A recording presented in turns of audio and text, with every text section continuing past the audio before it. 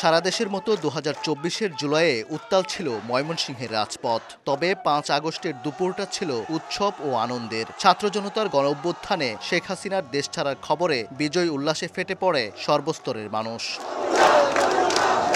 জুলাই গণঅভ্যুত্থানের বর্ষপূর্তি উপলক্ষে ময়মনসিংহে দিনব্যাপী করা হয় নানা আয়োজন। শহীদদের শ্রদ্ধা জানিয়ে দিনের কর্মসূচি শুরু হয় নগরীর দিঘারকান্দা বাইপাস মোড়ে জুলাই শহীদ স্মৃতিস্তম্ভে। শ্রাবণের বৃষ্টি উপেক্ষা করে একে একে ফুলের শ্রদ্ধা জানান বিভাগীয় কমিশনার, ডিআইজি, জেলা প্রশাসক, পুলিশ সুপার সহ সরকারি দফতরের কর্মকর্তা, রাজনৈতিক ও সামাজিক সংগঠনের সদস্যরা।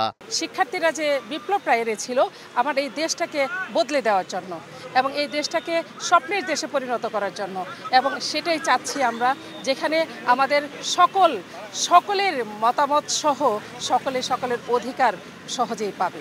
আগামী বাংলাদেশ চাচ্ছে আরও সমৃদ্ধশীল, আরও সহনশীল এবং উদার গণতান্ত্রিক, যাতে সবাই এই বাংলাদেশে একসাথে আমরা বসবাস করতে পারি, যাতে কোনো নৈরাজ্য না থাকে, কোনো রাজনৈতিক হানাহানি না থাকে এবং ভবিষ্যৎ প্রজন্ম যাতে এই ঘটনাকে বিশেষভাবে স্মরণ করতে পারে।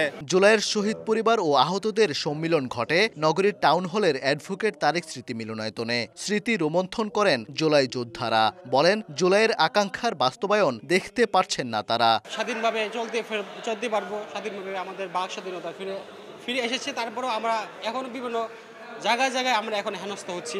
আমাদের গরিপুরে 3 জন শহীদ সহ সারা বাংলাদেশের প্রায় 2000 শহীদ। আমি চাই যে আসলে সবার বিচার নিশ্চিত হোক, প্রকৃত খুনিদের বিচার হোক এবং আমাদের দেশ আমরা আসলে যেভাবে সংস্কার চাই সেভাবে হোক। জুলাই গণঅভ্যুত্থানের বর্ষপূর্তি রাজপথেই উদযাপন করেছে রাজনৈতিক দলগুলো। বিএনপির বিজয় মিছিল ও জামায়াতের গণমিছিলে ঢল নামে নেতাকর্মীদের। মিছিল আর স্লোগানে উঠে আসে পতিত ফ্যাসিস্ট সরকারের প্রধানমন্ত্রী শেখ হাসিনা ও তার দোসরদের বিচারের দাবি। বাংলাদেশের মানুষের ভোটের অধিকার প্রতিষ্ঠা দাবিতে, বৈষম্যহীন, মেধাভিত্তিক, মানবিক বাংলাদেশ গড়ার দাবিতে আমরা মনে করি অনতিবিলম্বে বাংলাদেশের মানুষের ভোটের অধিকার প্রতিষ্ঠা হবে। একটা নির্বাচিত সরকার মানুষের ভোটের অধিকার প্রতিষ্ঠা করবে।